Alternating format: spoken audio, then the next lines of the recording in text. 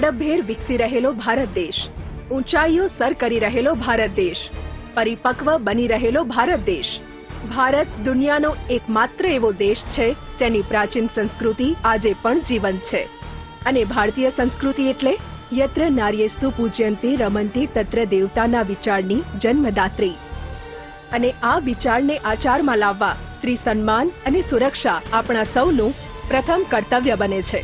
પરંતુ આપણા દેશમાં બની રહેલા મહિલા અત્યાચાર અને શોષણની ઘટનાઓએ એ સાબિત કર્યું છે કે આપણે આપણા કર્તવ્યના પાલનમાં ઊણા ઉતર્યા છીએ.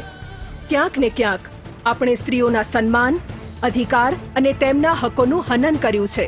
પરંતુ કહેવાય છે ને, અડાબીડ અંધકારને દૂર કરવા પ્રકાશની એક નાની તેજ રેખા જ કાફી છે. તેમ મહિલાઓના સન્માન અને અધિકારને પુનઃસ્થાપિત કરવા તેમજ તેમની સુરક્ષાના કર્તવ્યનું પાલન કરવા પ્રકાશપુંજ બનીને ઉભરી રહી છે અમદાવાદ પોલીસ. મહિલાઓની સલામતી અને સુરક્ષા માટે સતત જાગૃત છે અમદાવાદ પોલીસ.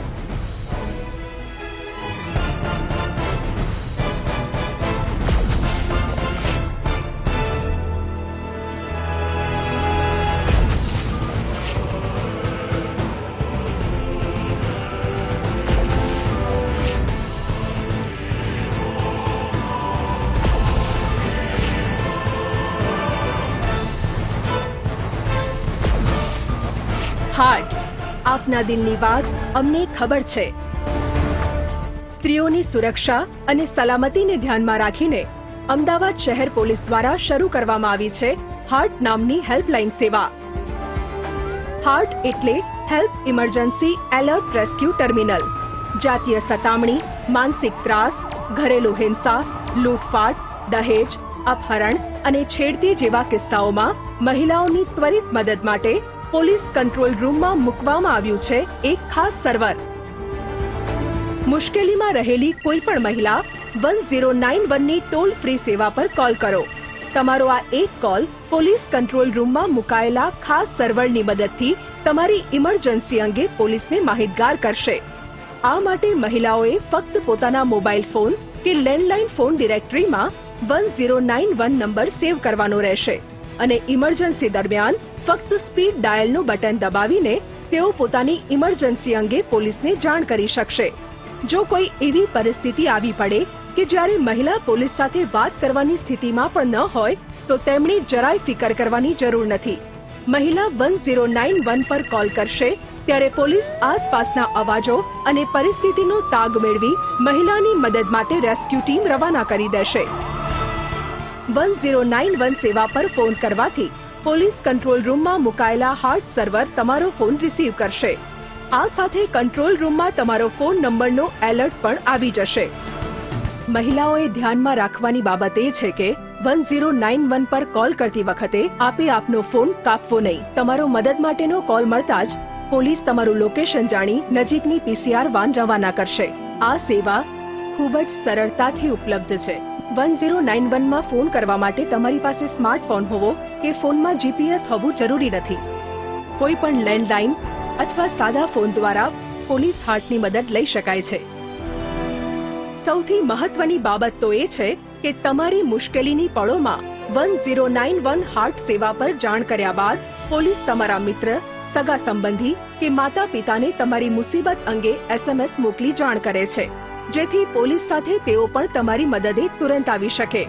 આ માટે તમારે ફક્ત તમારા મિત્ર, સગા સંબંધી, માતા પિતા કે તમે જે કોઈનો પણ નંબર ઈચ્છતા હો તેનો નંબર અગાઉથી પોલીસ હાર્ટની વેબસાઇટ www.policeheart.com પર રજીસ્ટર કરાવવો જરૂરી છે. મહિલાઓની સુરક્ષા અને સલામતીને પોતાની પ્રાથમિકતા ગણતી અમદાવાદ પોલીસ સતત 24 કલાક દિવસ રાત કાર્યરત અને જાગૃત છે. પોલીસ અને મહિલાઓ વચ્ચે સુરક્ષાનો સેતુ. મહિલાઓની સલામતી અને સુરક્ષાને ધ્યાનમાં રાખીને અમદાવાદ શહેર પોલીસ દ્વારા ઘણા મહત્વના પગલાં લેવામાં આવ્યા છે. જેમ કે અમદાવાદ શહેર ક્રાઇમ બ્રાન્ચ હસ્તકના મહિલા સેલ અને મહિલા પોલીસ સ્ટેશન ખાતે મહિલાઓની સુરક્ષાને ધ્યાનમાં રાખીને મહિલાઓના પ્રશ્નોનું સહેલાઈથી અને ન્યુટ્રલ સોલ્યુશન આવી શકે તે માટે મહિલા પોલીસ સ્ટેશનમાં 5 મહિલા પોલીસ સબ ઇન્સ્પેક્ટર, 20 મહિલા પોલીસ કર્મચારી અને મહિલા એસઆરપી વિંગની ફાળવણી કરવામાં આવી છે. આ મહિલા પોલીસ કર્મચારીઓ 24 કલાક પોલીસ સ્ટેશનમાં હાજર રહી મહિલાઓની ફરિયાદ સાંભળી તેમને મદદરૂપ થશે. ઘરેલુ હિંસાના કિસ્સાઓમાં મહિલાઓને મહિલા પોલીસ સ્ટેશનથી જરૂરી કાયદાકીય માર્ગદર્શન આપવામાં આવશે. તદુપરાંત મહિલાઓના પ્રશ્નોના નિવારણ માટે તેમની સમસ્યાઓને વધુ સારી રીતે સમજવા માટે સાયકોલોજિસ્ટની મદદ લેવામાં આવે છે, જેના કારણે પ્રશ્નોના મૂળ સુધી જઈ એનો ઈલાજ સહેલાઈથી મળી શકે.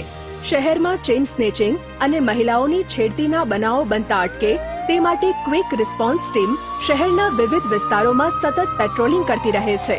તેમજ શહેરના ભીડભાડવાળા વિસ્તારો, બાગ બગીચા, બસ સ્ટેશન જેવા સ્થળોએ મહિલાઓની છેડતી અટકાવવાના પ્રયાસ રૂપે મહિલા પોલીસ દ્વારા સતત અને સઘન પેટ્રોલિંગ કરવામાં આવે છે.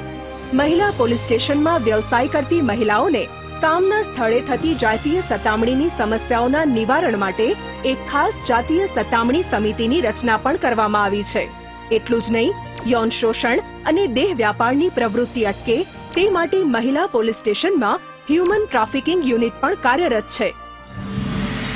આપની સુરક્ષા અમારી પ્રાથમિકતા. અમદાવાદ શહેર પોલીસ હોસ્ટેલમાં રહેતી અને શાળા કોલેજમાં અભ્યાસ કરતી મહિલાઓ અને વિદ્યાર્થીનીઓની સેફટી માટે પણ જાગૃત છે. મહિલા પોલીસ દ્વારા તેમના પ્રશ્નોના નિવારણ માટે હોસ્ટેલ અને શાળા કોલેજની સતત મુલાકાત લેવામાં આવે છે. આ સાથે મહિલાઓમાં સુરક્ષા બાબતે જાગૃતિ લાવી સેલ્ફ ડિફેન્સની તાલીમ પણ આપવામાં આવે છે. મહિલાઓની ફરિયાદ સાંભળવા અમદાવાદ શહેરના વિવિધ વિસ્તારમાં ઊભા કરાયા છે મહિલા ફરિયાદ બૂથ. મહિલાઓ સ્વરક્ષણ માટે જાગૃત થાય તે માટે વિવિધ એનજીઓને સાથે રાખી અવારનવાર અમદાવાદ પોલીસ દ્વારા માર્ગદર્શન શિબિરોનું આયોજન થતું રહે છે. ફેસબુક, ટ્વિટર, વોટ્સએપ જેવી સોશિયલ નેટવર્કિંગની વેબસાઇટ પર કે ઈમેલ દ્વારા થતી મહિલાઓની સતામણી અંગે સાયબર સેલની મદદ લઈ તેનું નિરાકરણ લાવવામાં આવે છે. વિદ્યાર્થીનીઓ જો આટલું ધ્યાન રાખે. અમદાવાદ શહેર પોલીસે વિદ્યાર્થીનીઓ, વ્યવસાય કરતી મહિલાઓ અને ગૃહિણીઓએ સાવચેતીના કેવા પગલાં લેવા જોઈએ તે અંગે ખૂબ જ વિગતવાર માર્ગદર્શિકા જાહેર કરી છે, જે અંતર્ગત વિદ્યાર્થીનીઓએ ક્યાંય પણ બહાર જતી વખતે પોતાના સ્થળ અંગે માતા પિતાને જાણ કરવી જોઈએ. તેમજ પોતાના ફ્રેન્ડ સર્કલ અંગે પણ માતા પિતા પૂરતા જાણકાર હોવા જરૂરી છે. લાગણીઓમાં તણાઈને અયોગ્ય પગલું ભરી લેતા પહેલા હંમેશા આગળના જીવન અને કારકિર્દી પર તેની શું અસર પડશે તે અંગે વિચારવું જોઈએ. કોઈ પાર્ટી કે લેટ નાઇટ પાર્ટીમાં તમારી વિડીયોગ્રાફી કે ફોટોગ્રાફી થઈ નથી રહીને તે અંગે ધ્યાન રાખવું ખૂબ જરૂરી છે. મોબાઈલ પર, ઇન્ટરનેટ પર કે સોશિયલ સાઇટ્સ પર પોતાની અંગત માહિતી કે ફોટોગ્રાફ શેર કરવા હિતાવહ નથી. તમારો મોબાઈલ નંબર અજાણી વ્યક્તિને આપશો નહીં. તેમજ ટ્યુશન ક્લાસીસ જવાનો સમય હંમેશા દિવસનો રાખો. અમદાવાદ શહેર પોલીસ તમામ વિદ્યાર્થીનીઓને સેલ્ફ ડિફેન્સની તાલીમ મેળવવા અપીલ કરે છે, જેથી આકસ્મિક સંજોગોમાં તમે પોતાનો બચાવ કરી શકો. કામ કરતી મહિલાઓ માટે ખૂબ જ કામની વાત. વિદ્યાર્થીનીઓ સાથે વર્કિંગ વુમને પણ પોતાની સલામતી માટે જાગૃત રહેવું જરૂરી બની ગયું છે. આ માટે તેમણે તેમના કલીગ અને ઉપરી અધિકારીઓની બદનિયતથી ચેતતા રહેવું જરૂરી છે.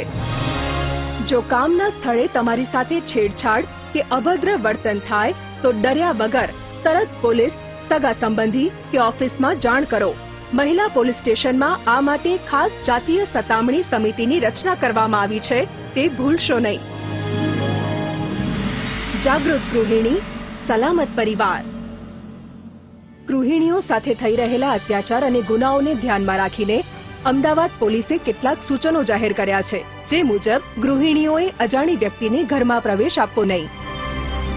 ઘરઘાટી રાખતા પહેલા તેની ફોટોગ્રાફ સાથેની પૂરેપૂરી માહિતી નજીકના પોલીસ સ્ટેશનમાં નોંધાવી જરૂરી છે. કોઈ સગા સંબંધી કે પરિચિત વ્યક્તિ દ્વારા થઈ રહેલી જાતીય સતામણી અંગે પોલીસને જાણ કરવામાં અચકાશો નહીં. આમ કરવાથી આવી વ્યક્તિઓ ફરીવાર તમારી સતામણી કરવાની હિંમત કરશે નહીં. અત્યાચાર, અપહરણ, જાતીય સતામણી, લૂંટ, દહેજ, છેડતી જેવા ગુનાઓને ડામવા માટે અમદાવાદ પોલીસનો મહિલાઓને સતત સહકાર મળતો રહેશે. થોડી હિંમત, ના પાડવાનું સામર્થ્ય અને અમદાવાદ પોલીસમાં આપનો વિશ્વાસ આપણા શહેરને સલામત અને નિર્ભય બનાવવા માટેનું આપનું પ્રથમ હિંમત ભરેલું પગલું સાબિત થશે. ગુજરાતના વિકાસને સાહસભેર આગળ ધપાવતી 21મી સદીની નારીને કોટી કોટી વંદન. નિર્ભય ગુજરાત, સલામત ગુજરાત. જય હિન્દ.